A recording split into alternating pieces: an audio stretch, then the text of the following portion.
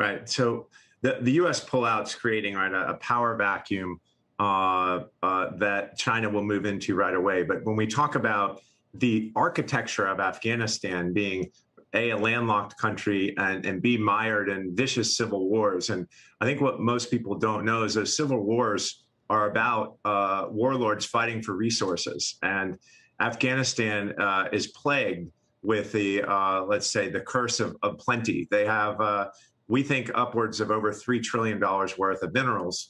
They have U.S. State Department believes, or sorry, U.S. Pentagon believes that that one province in Afghanistan, the Ghazni province, has the largest lithium deposit in the world, rivaling that of Bolivia. So we have a $1 trillion plus lithium deposit. We have a few $1 trillion worth of rare earth minerals, and the warlords end up fighting each other for these resources. And China will move in under security and diplomatic guys and really integrate Afghanistan into their Belt and Road debt traps. And when you think about how U.S. thinks about Afghanistan, or more importantly, how we think about Central Asia, we always look through the Afghanistan lens. And when China thinks about Central Asia, they think about resources and their proximity to the Xinjiang region, where the genocide's going on in China, which of course borders Afghanistan, Iran, and Pakistan. So it's a very large problem, and I think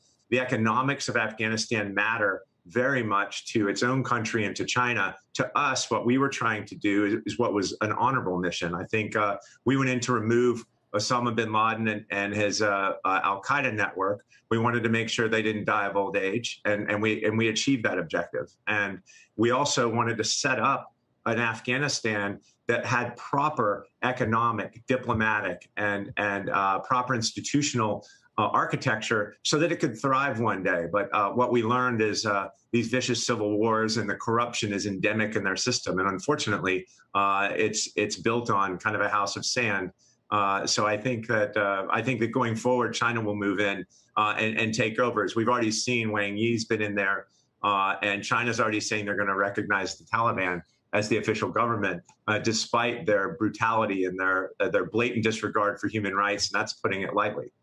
And you point out that, people might argue, and I don't adhere to any of these thoughts that we have human rights. I mean, we have human rights, obviously, in this country, but China and their record, they're probably much more comfortable getting in bed with the Taliban than we could ever be, as you point out.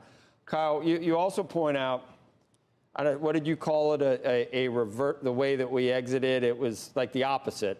First, you want to destroy everything, sensitive, critical documents. Then you want to evacuate key personnel, slowly evacuate military personnel, and then announce an end to the fight. We did it in reverse, and it's going to matter in terms of how this plays out.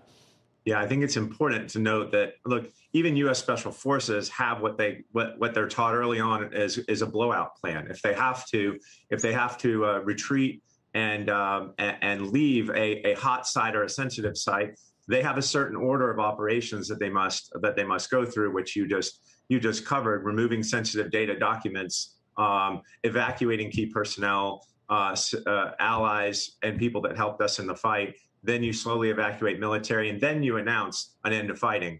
Unfortunately, look, and again, this is apolitical. Trump started by virtue signaling, we're pulling out, and then Biden finished it. And so this doesn't fall on either political party, but we just executed a reverse blowout. We told everyone we were leaving first, and then we tried to backfill. We did exactly the opposite of what we teach our special forces, and we're suffering for that botched operation.